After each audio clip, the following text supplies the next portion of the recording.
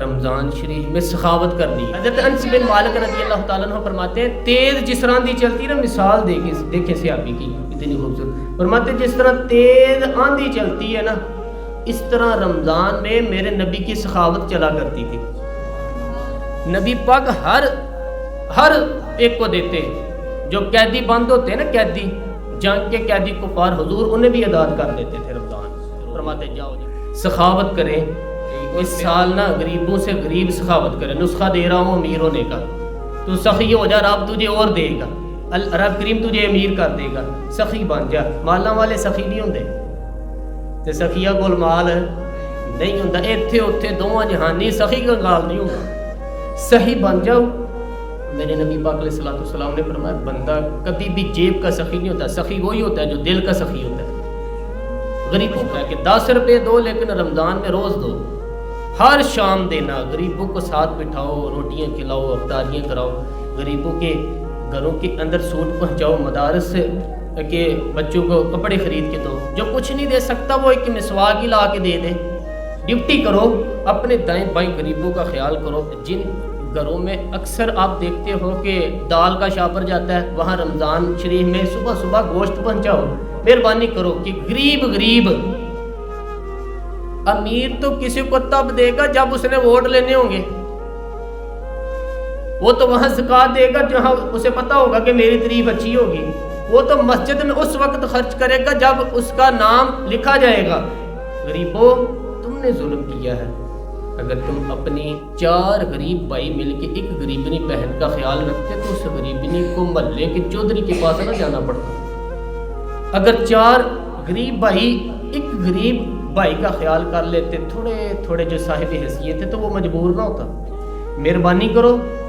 حضرت عبداللہ ابن عمر رضی اللہ تعالیٰ عنہ ہر روز مدینے کے مسکینوں کو ڈھونڈ کے لاتے تھے، اپنے سامنے دسترخوان بچھاتے رمضان میں، اور پھر ان پہ کھانے چنتے اور فرماتے غریب کھائیں گے تو میرا اللہ راضی ہوگا، ساتھ بٹا کے کھلاتے۔ حضرت عبداللہ ابن عمر کی زوجہ کہنے لگی آپ کا کھانا ہے، مہمانوں کا کوئی نہیں آج۔ تو حضرت عبداللہ ابن عمر کہنے لگے اللہ تجھے جزا دے، روز پکا کے دیتی ہے، چل اس طرح کر مجھے سرکہ اور کھجور دے دے، روٹی میرے مہمان کو دے دے۔ تو آپ کی زوجہ رو پڑی، کہنے لگی اگر آپ اتنا خیال کرتے ہیں تو پھر میں نہ کروں، میں اپنے اوپر وزن بوجھ ڈالوں گی، میں تھوڑی مشقت میں پڑوں گی، لیکن مہمانوں کے لیے افطاری میں ضرور بندوبست کروں گی۔ ہمارے ہاں تو افطاریاں بھی سیاسی ہیں، ووٹ اکٹھے کرنے کے لیے افطاریوں، ڈرو اللہ تعالیٰ سے۔ کس نام سے لوگ دنیا داری کرتے ہیں، کس نام سے غریبوں کو کھلاؤ کھانا۔ بڑا ہاتھی ہوتا ہے اور بادشاہ شیر ہوتا ہے، اس لیے کہ شیر ہفتے میں ایک دن گوشت کھاتا ہے، اگر روز کھائے نا تو اس سے کوئی نہ، وہ ہفتے میں ایک دن کھاتا ہے۔ مگرمچھ سب سے دلیر جانور ہے دریائی جانوروں میں سے، لیکن 24 گھنٹوں میں 700 گرام کھانا کھاتی ہے، اور شیر کا بھی پنجہ پکڑ لے تو شیر چھڑا نہیں سکتا، روٹی کھا تو کدوال ہی کوئی نہیں رہا۔ تو مہربانی فرمائے خاکہ آپ کو طاقتور کرے گا، اور جتنا زیادہ انسان کھاتا ہے شہوانی قوتیں زیادہ پڑتی ہیں۔ میرے نبی پاک نے کہا تھا نا مسلمان کہ یا شادی کر لو یا روزے رکھو، اگر زیادہ روٹیاں کھاؤ گے تو تمہارے اندر نفسانیت قوتیں زیادہ پروان چڑھیں گی۔ تو مہربانی فرمائے رمضان میں غریبوں کے فاقوں کا خیال کریں، انہیں پہنچا کے آئیں، گھر جا کے دے کے آئیں۔